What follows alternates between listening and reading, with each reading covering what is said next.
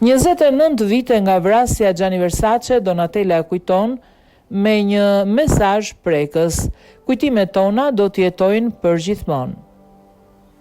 Kanë kaluar 29 vite nga vrasja e stilistit legjendar italian Gianni Versace, një ngjarje që tronditi jo vetëm botën e modës, por edhe opinionin publik në mbar globin. Vetëm 8 ditë pas vrasjes, Andrew Cunanan u gjeti pa jetë në një vark në Miami, ku sipas hetimeve kishte kryer vetvrasje. Me vdekjen e tij, motivet e sakta të krimit mbeten të pasgjidhura dhe çështja vazhdon të ngjall debat edhe sot.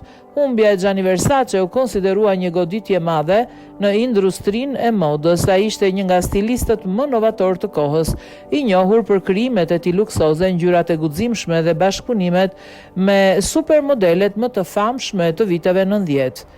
Emra si Naomi Campbell, Cindy Crawford, Claudia Schiffer dhe Linda Evangelista u bën pjesë e historisë së markës që ai krijoi.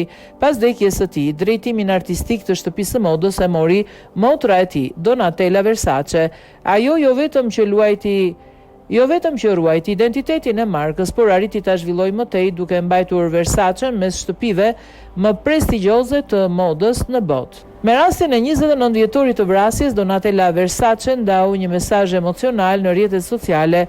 Ajo publikoi në Instagram një fotografi bardezi ku shfaqet krah për krah me vllajën e saj dhe shkroi: postimi u shoqërua me mira komente dhe reagime nga stilist, model, artist dhe admirues të Gianni Versace, të cilët kujtuan kontributin e tij të jashtëzakonshëm në botën e modës.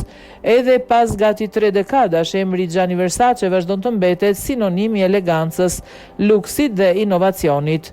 Krijimet e tij ekspozohen në muze, sfilatat e tij vazhdojnë të studiohen nga brezat e rinj të stilistëve, ndërsa ndikimi që ai pati në industrinë globale të modës mbetet i pazëvendësueshëm. Historia e tij është një kujtese edhe pse jeta e tij u ndërpret tragjikisht.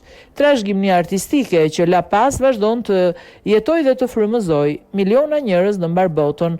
Në 15 korrik 1997, themeluesi i shtëpisë së njohur të modës Versace u qellua për vdekje në shkallët e rezidencës së tij luksoze, Casa Casuarina, në Miami Beach të Floridës. Versace ishte vetëm 50 vjeç dhe ndodhej në kulmin e karrierës së tij. Ai ishte kthyer nga shëtitja e zakonshme mëngjesit kur u sulmua nga Andrew Cunanan, një vrasës serial që në atë kohë kërkohej nga autoritetet amerikane për disa vrasje të tjera. Stilisti u qellua me armëzjarri përpara hyrjes së vilës së tij dhe ndroi jetë pak më vonë në spital.